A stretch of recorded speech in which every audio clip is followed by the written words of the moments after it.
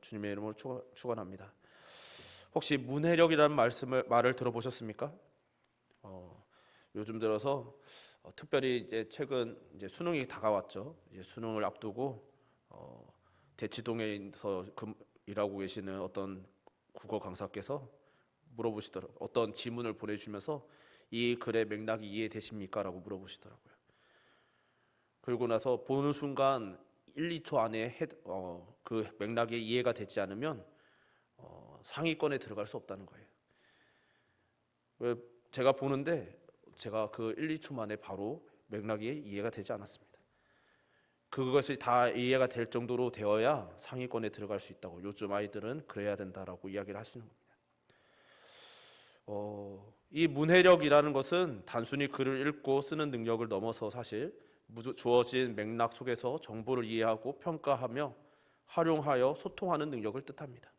그런데 오늘날 그것이 떨어져 간다라는 이야기를 많이 듣죠. 물론 최상위권은 그 분이 보여주신 대로 그런 능력이 여전히 훈련되어 있고 잘 되는 것 같지만 그것이 점점 힘들어지고 있고 그것이 안 되면 결국 국어뿐만이 아니라 언어 영역뿐만 아니라 모든 영역에서 상위 그룹에 들어가지 못할 만큼 많이 저하되고 있다는 이야기를 들었습니다. 즉 문해력이라는 것은 인간의 언어 능력의 총체라고 할 수 있는 것이죠. 그런데 오늘날 현대인들의 문해력은 처참한 수준이라고 합니다. 그 원인으로 단문 메시지 그리고 SNS, 영상 콘텐츠의 범람이 주요한 원인 중에 하나라고 하죠. 이런 문해력과 관련된 사안이 좀 많이 심각했던지 정부 차원에서도 아이들뿐 아니라 성인들을 대상으로까지 문해력 지원 사업을 검토 중이라는 이야기도 있습니다. 그렇지만 이것이 정말 단순히 이런 SNS 단문 메시지 이런 배경적인 것들뿐만이 아니라 기억 저장 기술의 발전에 따른 인간의 태화 현상 중 하나라고 말하는 견해도 있는 것이죠. 그러면서 예를 드는 것 중에 하나가 전화번호를 외우는 것입니다. 옛날에는 전화번호를 다 외우고 있었는데 이제는 외우지 않고 저장되어 있다는 것이죠. 그러니까 기억을 저장해 놓을 수 있는 기억 저장 장치가 발전하면서 기억을 점점 기억할 필요가 없이 그런 것들을 외주화하는 밖으로 다른 데 맡겨두는 일들 때문에 기억이 점점 퇴화하고 또 그로 인해서 점차 문해력도 떨어져 간다는 것이죠. 그 예시 중에 하나가 책이라는 것이 귀하던 고대는 책을 통째로 암송하는 일이 흔했고 이를 며칠에 걸쳐서 서로 겨루는 일들도 많이 있었다고 합니다. 그러니까 머릿속에 굳이 다 저장하지 않아도 되는 현대인들은 이런 머릿속에 기본적으로 다 들어있는 것이 상대적으로 적다 보니 응용이나 직관에 좀 더 치우친 능력을 보여주면서 문해력은 필연적으로 저하될 수 있다는 것입니다. 이런 말씀들을 드리는 이유는 문해력을 진단하거나 문해력의 필요성을 강조하기 위해서가 아닙니다. 오늘날 우리가 겪는 신앙생활이 이런 시대적인 영향 속에 있음을 확인하고 우리가 어떻게 살아야 할지를 참고해 보기 위함인 것이죠.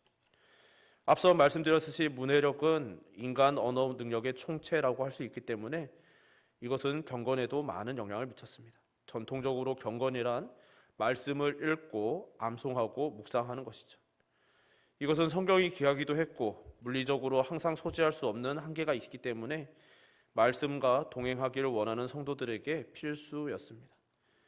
그뿐 아니라 머릿속에서 수도 없이 되새기는 과정을 통하여 그 말씀을 문자적으로만 이해하고 지키는 것뿐만 아니라 그 말씀에 하나님께서 담으신 그 맥락과 뜻을 통찰하는 은혜가 있었던 것이죠.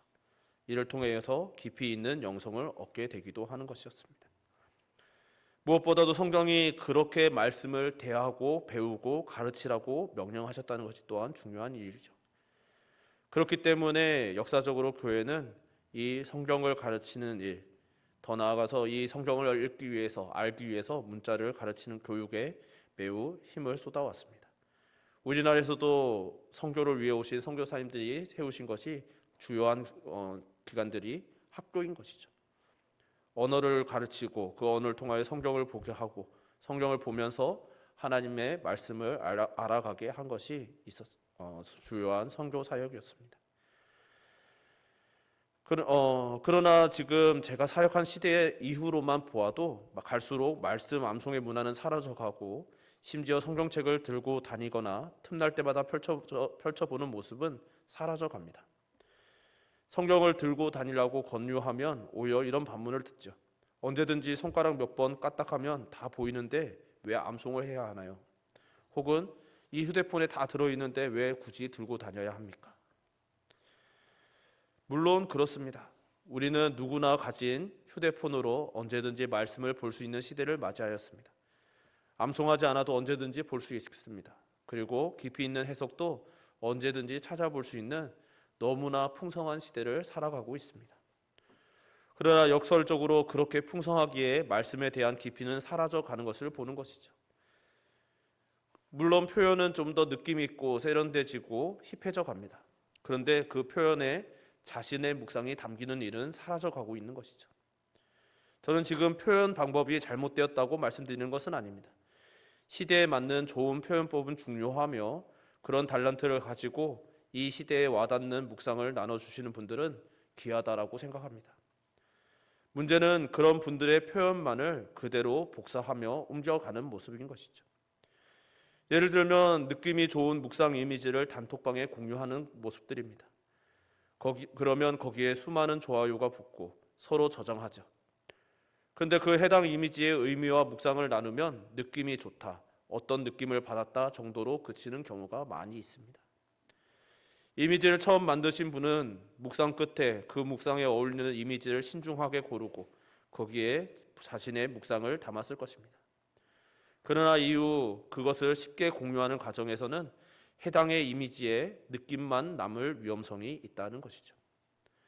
그뿐 아니라 그 이미지를 보고 느낌이 있어서 여기저기 공유한 것을 믿음의 나눔이라고 만족스러워하는 모습도 봅니다.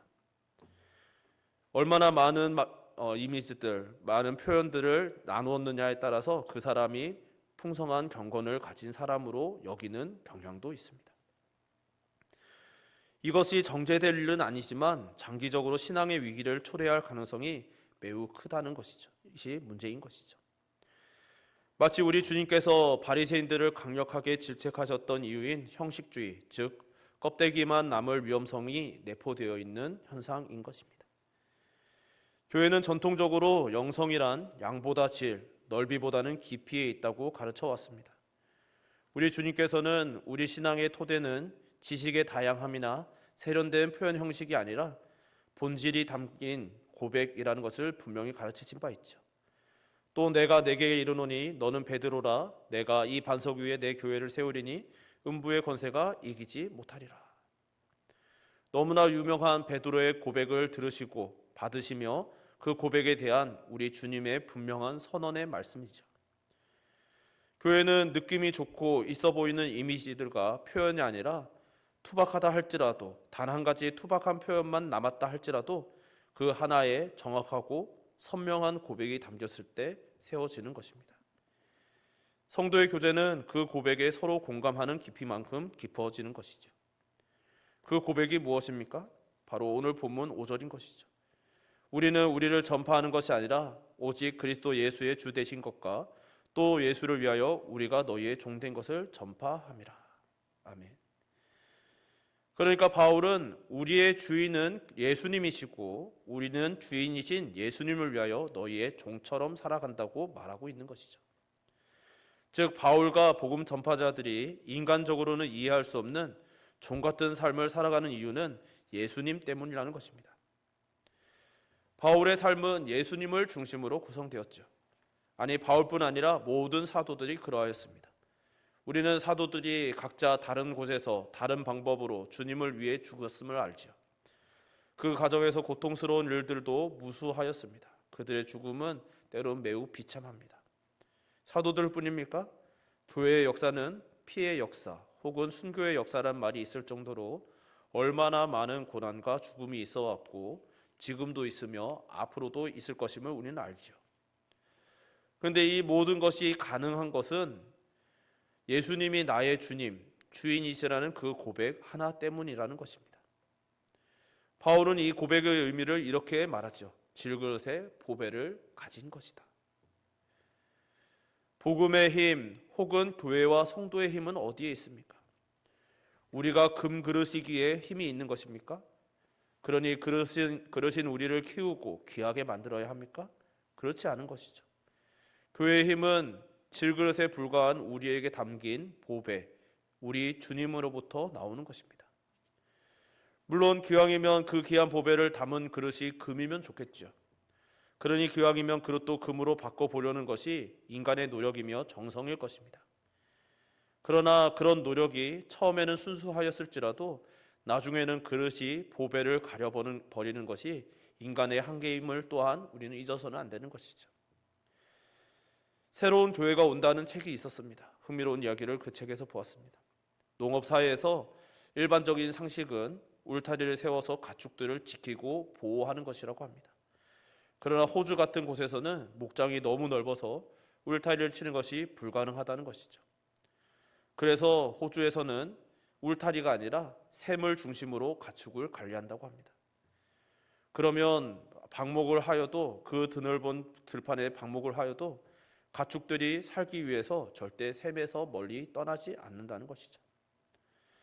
그러면서 오랫동안 교회는 울타리를 세워서 성속을 구분하는 데 집중해 왔는데 이제는 샘이신 그리스도께 집중하는 교회를 세워가야 한다는 메시지를 담고 있었습니다. 제가 경험했던 한국 교회를 돌아보며 과연 그러하다는 생각을 하였습니다. 제가 사역을 시작하던 초기에 저를 지도해 주신 목사님께서 한국 교회는 젖병 목회를 한다고 하셨는데 너무 겁이 나서 이 세상이 너무나 험하니까 너무나 불안한 것이 많으니까 성도들에게 안전한 젖병을 물려주고 안전하고 튼튼한 요람을 만들어 주는데 온 힘을 다 쏟는 것이 한국 교회의 목회라고 말씀해 주셨습니다. 이것이 어쩌면 우리 안에 담긴 보배와 우리의 중심이 되어 주시는 깨끗한 샘을 우리가 신뢰하지 못한 것은 아닐까라는 생각이 들었습니다. 물론 교회와 세상은 분명한 경계를 가지고 있습니다. 저는 이 경계를 허물자는 말씀을 드리는 것이 아닙니다.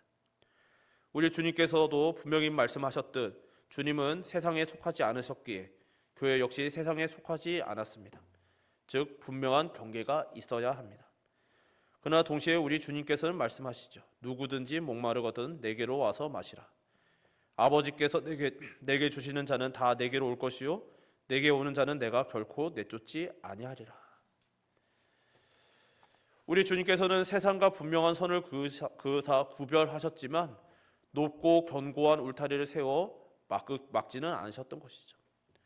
구별함으로 이 세상에서 성도들을 보호하시지만 그 백성들을 보호하셨지만 동시에 누구든지 찾아올 수 있도록 하셨다라는 것입니다. 그것은 높고 견고한 울타리가 아니라 샘이 되어 주심으로써 그것이 가능했던 것이죠. 오늘 오전에도 나누었던 그 여인 역시도 그러합니다. 우리가 울타리를 높이 세웠다면 절대로 나올 수 없었던 자가 그 여인인 것이죠.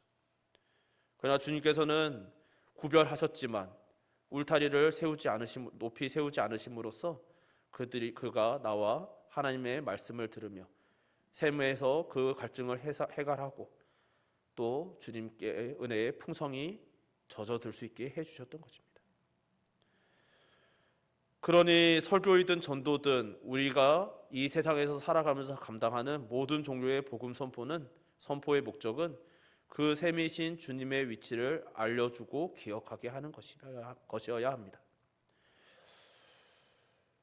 물론 세상에서는 우리가 참 무서워하고 두려워할 일들이 참 많이 나죠. 그러나 이전까지 교회들은 울타리를 세우고 그것을 잘 정비하는 일에 많은 힘과 노력을 쏟아왔습니다. 그럼으로써 성도를 보호하고 안전하게 성장하여서 세상으로 다시 나갈 수 있게 하는 역할을 했던 것이죠. 그러나 오늘 날이 갈수록 세상은 점점 더 광범위해져 가고 점점 경계가 허물어져 가는 시대를 살아갑니다. 우리 아이들, 우리 자녀들은, 우리의 다음 세대들은 우리들보다 더 모든 것이 혼재되어 있는 세상을 살아갈 것이죠. 교육에서나 어디서나 비유적으로든 무엇이든 간에 교회에서는 꺼려하던 것들을 서스럼 없이 가르치는 세상을 우리는 살고 있습니다. 이런 세상 속에서 우리들이 울타리를 높이 세우고 그 경계를 더 선명하게 하는 것, 그릇을 견고하게 하는 것이 어쩌면 더 이상 우리 자녀들을 보호하지 못하는 시대가 된 것일지도 모릅니다. 그렇기 때문에 우리는 더 이상 그릇이 아니라 울타리가 아니라 보배이자 샘이신 주님을 더욱더 선명하게 가르쳐야 하는 것이죠. 사랑하는 성도 여러분, 세상은 사탄은 주님께서 우리에게 약속하신 빛이 임하지 못하게 하려고 마음을 혼미하게 합니다. 오늘 본문 말씀에도 들어도 듣지 못하고 알아도 깨닫지 못하게 하기 위해서 마음을 혼미하게 한다라고 경고하죠. 그런 유효한 수단 중 하나가 그럴듯하고 감각적인 외형입니다. 이것은 이미지일 수도 있고 영상일 수도 있고 화법일 수도 있는 것이죠. 어쩌면 안도감을 주는 튼튼한 울타리일 수도 있고 매우 귀해 보이는 보배로운 그릇일 수도 있습니다. 이런 외형들이 무용한 것은 아니지만 우리는 본질이 아니라는 사실은 잊지 않아야만 하는 것이죠. 오늘날 한국교회가 위기라고 합니다. 많은 이들이 더 이상 교회에서 소망을 보지 못한다라고 비난합니다. 이런 위기가 건물이 초라해서 기술이 구식이어서 세련되고 감각이 있는 표현법이 없어서 맞이한 것이 아니라는 사실을 우리는 기억해야 하는 것이죠. 예수님께서 우리의 주인이시라는 분명한 고백, 그리고 그분의 말씀인 성경에 대한 경청, 그 뜻이 무엇인지 상고하는 깊이 있는 묵상, 그로 인해 일어나는 진실된 회심과 경배, 즉 예배가 우리의 신앙임을 잊지 않고 복음의 은혜와 능력이 나타나는 예배 공동체로 살아내는 저와 여러분 되시기를 주님의 이름으로 축원합니다. 그렇게 살아갈 때에 복음의 능력이 나타나고 우리의 교회는 더욱더 안전하여지며 우리의 삶 또한 주 안에서 더욱더 풍성하게 될 줄 믿습니다. 또 그런 은혜를 영원토록 누리시는 성도님들 되시기를 다시 한번 주님의 이름으로 축원합니다. 우리 찬양 한 곡 같이 불렀으면 좋겠습니다. 오직 주님만이라는 찬양인데요, 가사를 생각하면서 오직 주님만이 우리에게 가장 중요하고 소중함을 고백했으면 좋겠습니다.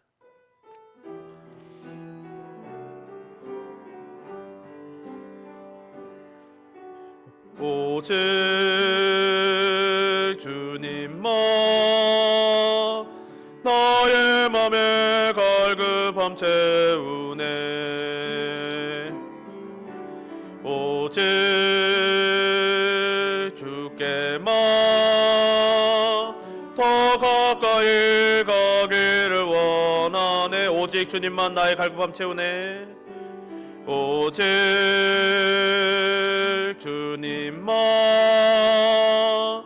나의 맘에 갈급함 채우네. 오직 주께만 더 가까이 가기를 원하네.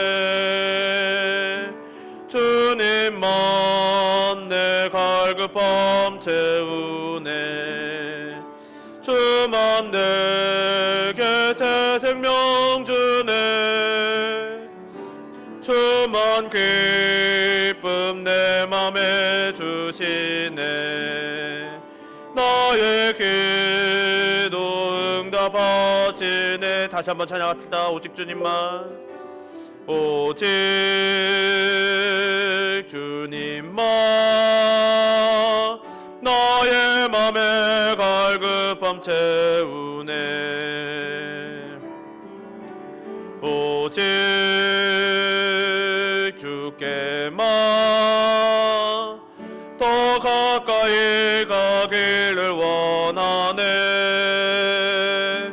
주님만 내 갈급함 채우네. 주만 내게 새 생명 주네. 주만 기쁨 내 맘에 주시네. 나의 기도 응답 주님만 내 갈급함 채우네. 주님만 내 갈급함 채우네. 주만 내게 새 생명 주네. 주만 기쁨 내 맘에 주시네.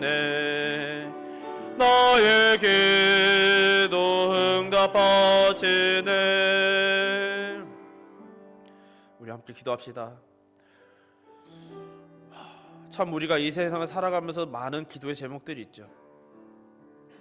우리 교회를 위한 기도, 나의 신앙을 위한 기도, 이 믿음의 경주를 위한 기도, 때론 내 형제 자매들, 내 사랑하는 자녀들, 후손들, 이웃들,